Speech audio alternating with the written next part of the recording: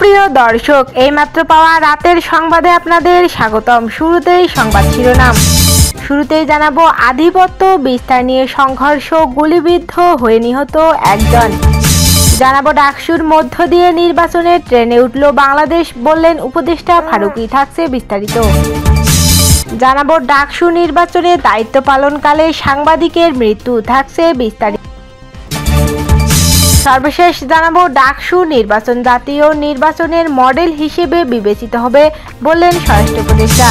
সুপ্রিয় দর্শক, এতক্ষণ শুনছিলেন সংবাদ শিরোনাম, এবারে জানাবো বিস্তারিত। তার আগে অনুরোধ থাকবে, ভিডিওটি ভালো লাগলে এবং আপডেট সংবাদ পেতে চ্যানেলটি সাবস্ক্রাইব করে পাশেই থাকবেন। ধন্যবাদ। আধিপত্য বিস্তার নিয়ে সংঘর্ষ, গুলিবিদ্ধ হয়ে নিহত এক। নরসিংদীর রায়পুরার দুর্গম চরাঞ্চল চরমধোয়া ইউনিয়নের শমীবাদ গ্রামের সাবেক এক ইউপি মেম্বারের বাড়িতে হামলা চালিয়ে দুলাল মিয়া ৪৫ নামে এক ব্যক্তিকে গুলি করে হত্যা করা হয়েছে। এ ঘটনায় নাহিম মিয়া ১৪ নামে এক শিক্ষার্থী গুলিবিদ্ধ হয়ে আহত হয়েছেন। নিহত দুলাল মিয়া শমীবাদ এলাকার আব্দুল মালিকের ছেলে। তিনি পেশায় একজন কৃষক ছিলেন। অপরদিকে আহত নাহিম মিয়া এক এলাকার বেলাল সরকারের ছেলে এবং স্থানীয় একটি বিদ্যালয়ের ৮ম শ্রেণীর শিক্ষার্থী। বর্তমানে গুলিবিদ্ধ নাহিম ঢাকা মেডিকেল কলেজ হাসপাতালে চিকিৎসাধীন রয়েছেন। স্থানীয় সূত্র জানায়, উপজেলার শমীবাদ এলাকায় আধিপত্য বিস্তারকে কেন্দ্র করে সাবেক ইউপি মেম্বার খোকা আলম ও জাকির মিয়ার মধ্যে দীর্ঘদিন ধরে বিরোধ চলে আসছিল। এ ঘটনার জের ধরে সোমবার সন্ধ্যার পর দেশীয় অস্ত্র ও আগ্নেয়াস্ত্র নিয়ে জাকির মিয়া ও তার অনুসারীরা খোকা আলমের বাড়িতে অতর্কিত হামলা চালায়। এ সময় জাকিরের পক্ষ নিয়ে হামলায় যোগ দেন আবির মেম্বার। তাদের ছোড়া গুলিতে গুরুতর আহত হন খোকা আলমের প্রতিবেশী দুলাল মিয়া। গুরুতর আহত অবস্থায় দুজনকে উদ্ধার করে ঢাকা মেডিকেল কলেজ হাসপাতালে নেওয়া হলে কর্তব্যরত ডাক্তার দুলালকে মৃত ঘোষণা করেন। তার মরদেহ বর্তমান ঢাকা মেডিকেল কলেজ হাসপাতালে মর্গে রয়েছে। ডাকসুর মধ্য দিয়ে নির্বাচনের ট্রেনে উঠল বাংলাদেশ, বললেন উপদেষ্টা ফারুকী। ডাকসুর মধ্য দিয়ে ইলেকশনের ট্রেনে উঠে গেল বাংলাদেশ, এমন মন্তব্য করেছেন সংস্কৃতি বিষয়ক উপদেষ্টা মোস্তফা সরোয়ার ফারুকী। ঢাকা বিশ্ববিদ্যালয় কেন্দ্রীয় ছাত্র সংসদ ডাকসু ও হল সংসদ নির্বাচনের ভোট গ্রহণ শুরু হয়েছে সকাল ৮টায়। ভোট শুরুর পরপরই সামাজিক যোগাযোগ মাধ্যম ফেসবুক পেজে এক স্ট্যাটাস দিয়েছেন মোস্তফা সরোয়ার ফারুকী। সংস্কৃতি উপদেষ্টা লেখেন যে ভোট রাতেই করে ফেলা যায়, সেটা দিন পর্যন্ত রাখা হলো না কেন? সময়ের কাজ সময়ে না করা এই জাতির বড় দুর্বলতা। তিনি আরও লেখেন, ডাকসু নির্বাচন উপলক্ষে লাইলাতুল ইলেকশনের জননী ব্যাংক লুটেরা গুমের মাস্টারমাইন্ড বিডিআর শাপলা জুলাই ম্যাসাকারের প্রধান পরিকল্পনাকারী বাংলাদেশের সবচেয়ে বড় স্বাধীনতা বিরোধী শক্তি খুনি হাসিনা যে কথা বলেনি।